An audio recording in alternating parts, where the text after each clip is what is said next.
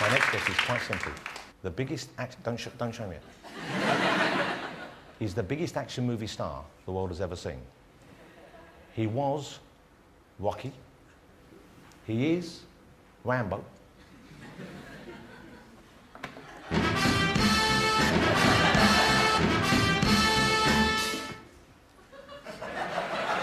He is. Show him. Sylvester Stallone, ladies and gentlemen, there he is. It's only Sylvester Stallone, ladies and gentlemen. That's who it is. Hey, Sly, how you doing? Great, thanks. Good to have you here. Do you know Sly was in 6 Rockies, 4 Rambos? For God's sake, make a film I can pronounce, will you? For goodness sake. Look at the piss. You're taking the piss. I don't mind telling you that. Sylvester Stallone on the show, ladies and gentlemen. Couldn't be happier to have you here. I am a massive fan. I like the Rocky movies. Hey, now, I just asked Nicholas when he came in. Isn't it great to have Sylvester Stallone here with us? I know, it's awesome. in a fight, not that you're getting many. I know you're from Wales, but you've moved on. In a fight, Rocky or Rambo? Who do you want in your corner? Rambo. Rambo? I think so. Yeah, but you're right. Rambo in your corner, but Rambo's not much of a conversationalist, is he? No. In a fight? Well, he's just the brooding mess of a man, really, isn't he, Sly? That's right. You're on Rocky, because afterwards you can go, yeah, let's go get a beer. Go, well, I'm never good at beer. Like that, you know? Well, see, I've got to see what Adrian says. You know, like that. And you go, well, Paulie's going to come for a beer, too. Hey, this is good stuff in there, isn't it? I'm just writing a new script for you here.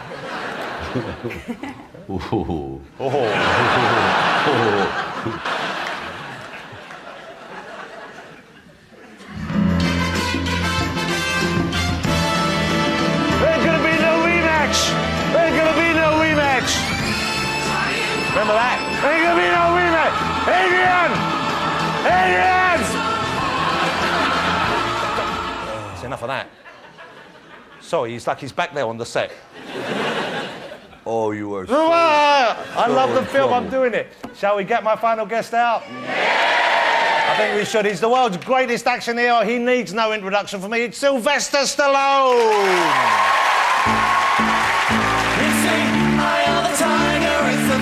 The fight, rising up to the challenge of our rivals, and he's watching us all through the eye of the tiger. You know you've made it now. You know you've made it now. My own choir. Wow. It's only Sylvester Stallone, ladies and gentlemen. He's here with us. Thank you. Wow, great to have you here. Thank you. Great to have you here. Thank you. Look at that. Well, first of all, I wanted to welcome you properly into the UK. Thank you. And say it was great to see you at the BAFTAs. And I was delighted at the response that you received from the audience when you came out. John, I thought there was someone standing behind me. I said, is there Arnold back there? No, really, Because I was a bit worried, because, you know, obviously it's a fairly... It's kind of people who take cinema seriously in a different way. They're not necessarily a commercial cinema crowd. And I thought, well, I hope they show you some respect and they're not a little bit sneaky. No, they went bananas for you.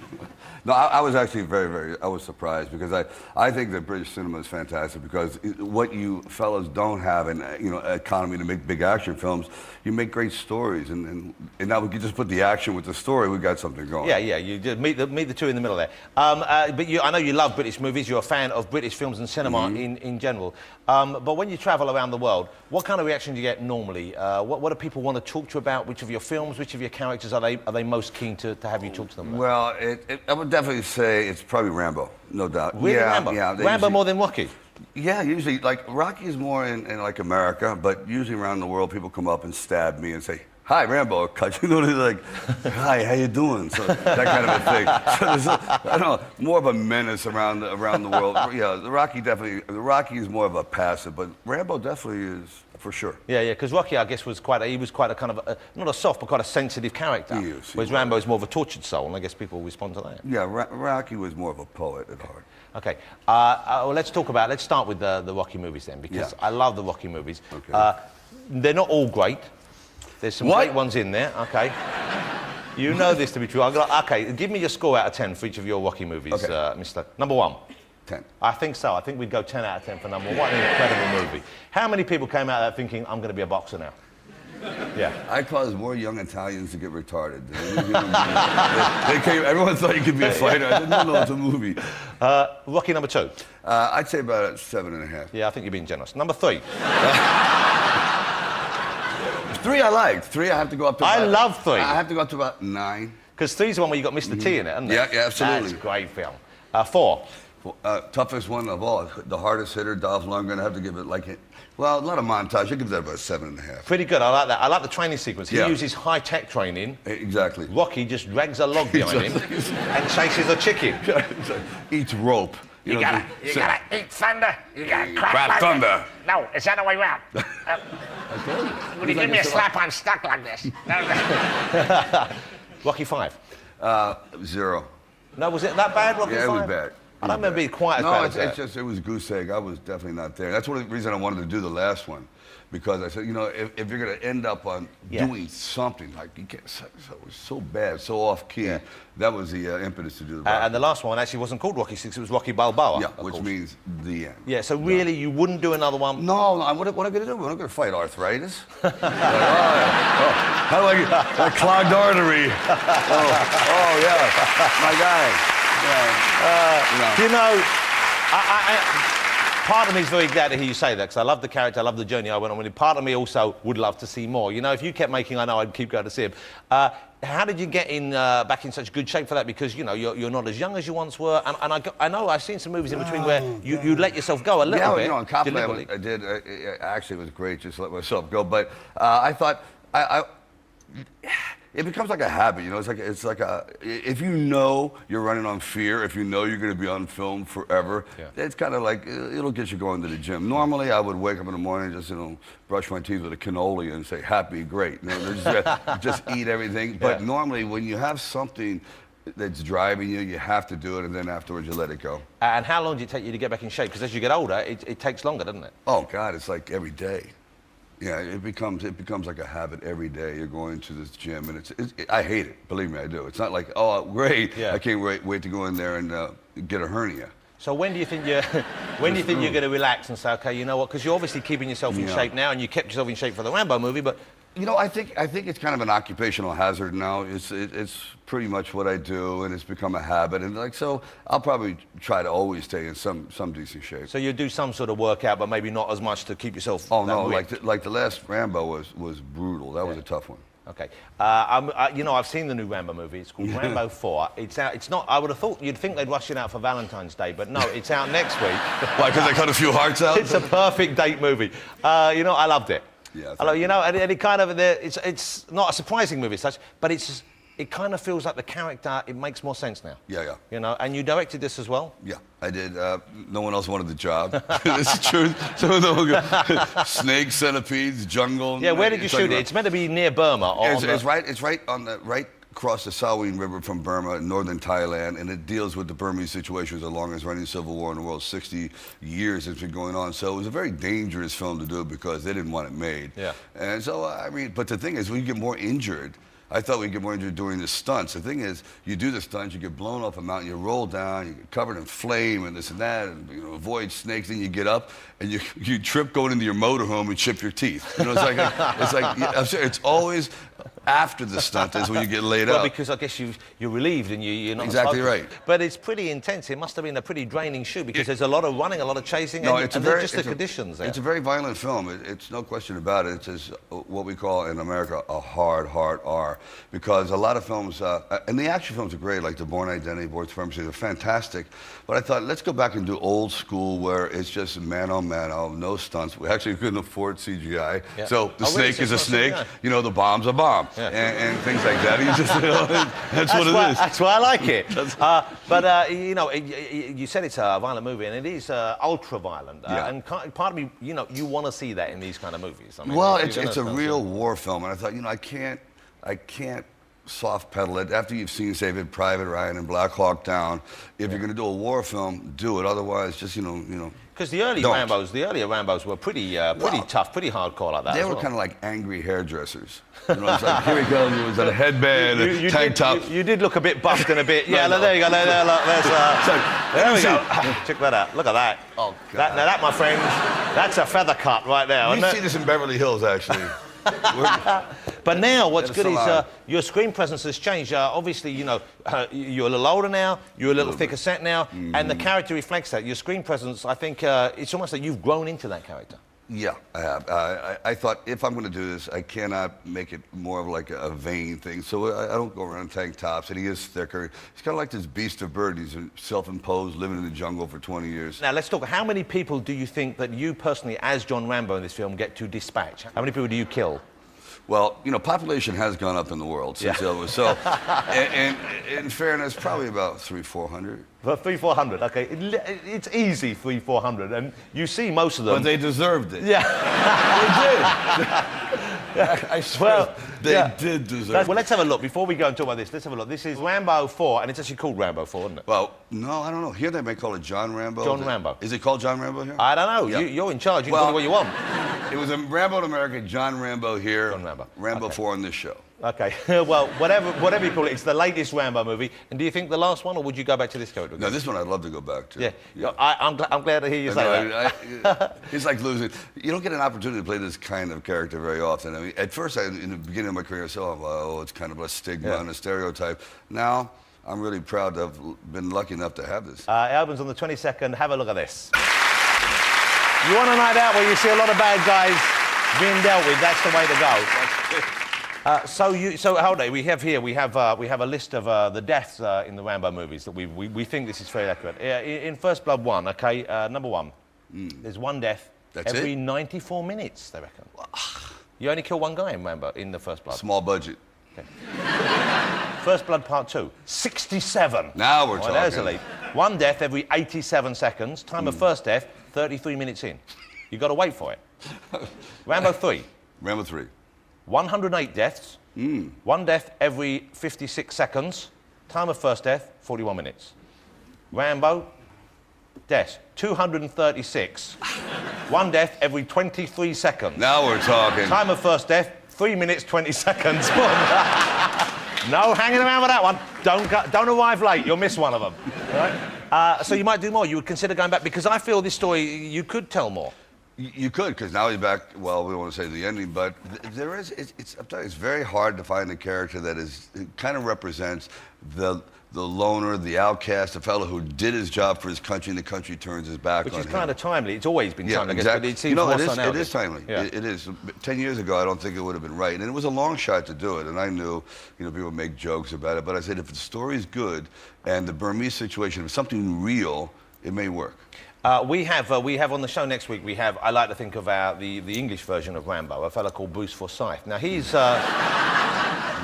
80, but he's kept himself in remarkable shape. He's still working on a regular. He's a big star. I saw him in a magazine. He's looking good. He's looking good. Yeah. So conceivably, you could do this for another 15, 20 years pretty easily if you looked after yourself. Well, until I'm a skeleton. I'm just Well, so you could be a cameo part then, maybe. Just once.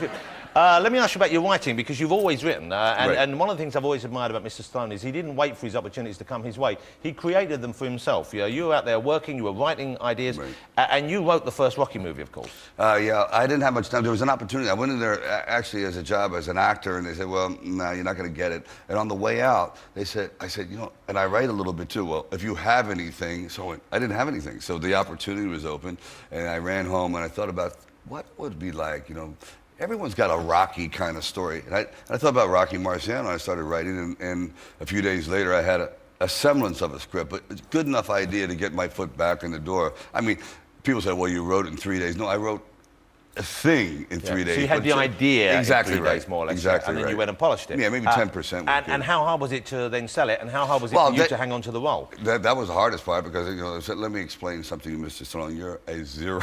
You're nothing. We don't know who you are. Your closest friends don't know who you are. So they wanted Ryan O'Neal or Jimmy Kahn or Burt Reynolds or Robert Redford. Hang on a second. Imagine if Burt Reynolds had been Rocky. We wouldn't have taken this. His wig would have gone flying off with the first punch. The corset would have popped open. Bert.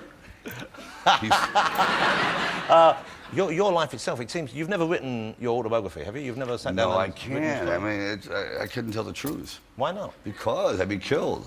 Because from what I've read about you in various interviews and articles, you've led a pretty crazy life. We know of your mother because your mother kind of came out of her shell a little bit as you became famous. Yeah. And she was over here on a reality show, and then they brought her together with one of your ex-wives, which I thought was a rather cruel trick. Which one? The tall one? The tall one. Okay. But then they became quite friendly. In a way, it was quite nice. That's frightening, isn't They it? overcame stuff. Yeah. Terrifying for you, I'm sure. You know. Like attracts like. No, actually, no. I'm kidding, Mom. I'm kidding. But I don't know much about your father. What was how big an influence was your father in your early life? Well, he was a tough dude. You know, he was a real hard guy. And I think a lot of things I draw from Rambo, I got from him. He's a real salt of the earth kind of guy. So he was kept himself to himself, kept his emotions pretty tight. Oh yeah, no doubt about it. Very physical, very strong. Well, you say that. I read one thing you said, and I don't know that he once knocked out a horse in front of you. He did. But he punched a horse. He did punch a horse. What had the horse done to deserve this? Well, you know, what it is the horse turned around and it hit him in the forehead and knocked him down. So he just got up and hit the horse, and the horse sort of staggered. Uppercut, right hook, left hook, jab, hook? Tell you the truth, it was a right, overhand right. Wow, that's a big punch to throw. Overhand right to the bridle, I think it was. A glassy bitch shot. But, you know, actually the horse wasn't hurt, so please, no letters. And the horse did kick his ass later on. Trust me. Let me ask you about your family now, then, because you have a couple of sons who are pretty grown up now, I guess. Yeah, they're a little bit older than I am now. Proper grown-up boys. It's funny how your children start to outgrow you. Yeah. And three daughters. 3 daughters. How old are your daughters? Oh my God. 12. Young. 12, 10, and 7. Yeah, youngish. And you're enjoying family life? I get the feeling that you're enjoying it. Well, I am to a point, but everything in the house is female. You know, you got the housekeeper female, the dogs are female, it's obviously my daughter is female, my wife, so I don't stand a chance. It's like, so pretty soon I'm going to end up wearing a dress. I don't know. I bet you love it, don't you? I do, actually I do. It's nice. There's something about them to keep you honest. I was just talking to him right before I came on 10 minutes ago. Oh, how nice. Hey, you know, I want to see you keep making movies, but I don't know if you're like me. As I get older, I just want to spend more and more time at home. I don't really want to go anywhere. I don't want to do anything while I'm there. I just like being at home. I thought it was just me. Knowing they're nearby. Yeah, you're right. No, you're right. I don't want to spend time with them even. I don't really want to talk to them, but I want to be in the same building. Yeah, it's like the same vicinity. I'm locked in the office, but I'm here, okay? Right. I get it. Now, here's the thing, and I would have thought this is a daunting prospect for any young man, is your young ladies are going to grow up and boys are going to show an interest and they're going to want to date them. And you know what boys are like. You were one yourself. They're going to want to get away with all the sweet stuff before they get permission from father. Now, what are you going to do about that, Sylvester Stallone?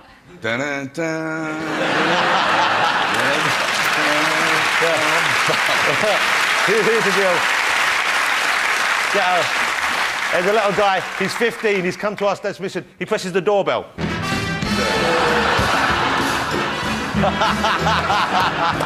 want to do what? They're gonna be looked after. No, it's gonna be horrifying. Their only chance that they're ever gonna date is if I slip on a bar of soap and break my neck, fall down a flight of steps, and I'm in a body cast for years. You know what? By the time they get old enough, they'll be ready, and you'll know they're ready, and it's going to be fine. I'm too immature. Let me ask you about before we part company, because I know you have to go. How much do you keep in touch with your fellow action performers of the 80s? I do a lot. I mean, I see Arnold like every weekend, and we're trying to find a place. You cannot smoke a cigar left in California. Yeah. Now you understand the pollution is killing everyone. You cannot see 10 feet in front of it because of the cars, but the cigars, watch out. Now, so where do you go for that? Because I was in LA and I like a cigar myself. Yeah, exactly. And I was interviewing someone. I was down by the beach and I thought, I'll just stroll out here on the beach in Santa Monica, have a cigar. I went outside, they said, you can't smoke that out here. You can't even smoke it outdoors on the beach. No, you don't. My garage. That's what you... Pretty much, I'm sorry, it's getting down to like this. Yeah, but it's okay you say that, but how do I get into your garage when you're not there? I know people. Give me a beeper. I'll give you a beeper. And Arnie is governor. Did you vote for him? What do you make of him as governor? You know, Arnold's a genius. I mean, seriously, he's had 3 incredible careers. Well, he's a smart guy, of course. I know that. No, you want to say just, he may not be able to sit there and split atoms, but he knows how to get things done. He knows how to move people. And if they would allow him, because our Constitution doesn't allow foreigners, considering the entire country is made up of foreigners, they can't run for president. But you have to be born in the United States, don't you? Born in the United States. And he's would French or something, isn't he? He's French-Canadian. Spanish. So he can't run for president. Do you think if he was to run for president, do you think he would get support? Do you think he would get voted in? Unbelievable. You think so? Yeah, believe it or not, he gets it. He gets it. And if you look at like an American politicians, all you need is the catchphrase. If you got a good phrase, you get it. Well, he has one, of course. And there it is. I'll be back. I'll be back. Here we have him. When he was signed in as governor. Now, that's a fine figure of a young lady. Who wouldn't vote for that? I have nothing to hide. Oh, that's a good look. Mr. Stallone, what a pleasure to spend time with you. I'm glad very much that we haven't lost you to politics because I want to see the movies. Keep them coming. I'll try my best. Rambo's out. As I said, it's out on the 22nd. Make sure you catch it, especially if you like seeing people blown to smithereens. Who deserve it. Yes, there's a moral message. Mr. Stallone, lovely to have you here. Thanks for coming on the show. Sylvester Stallone, ladies and gentlemen. I'm a fan. Come here, give me some love. Take it easy. Good, safe journey home. Sylvester Stallone, ladies and gentlemen. Wow, well, thank you to all my guests this evening, of course, to Sylvester Stallone.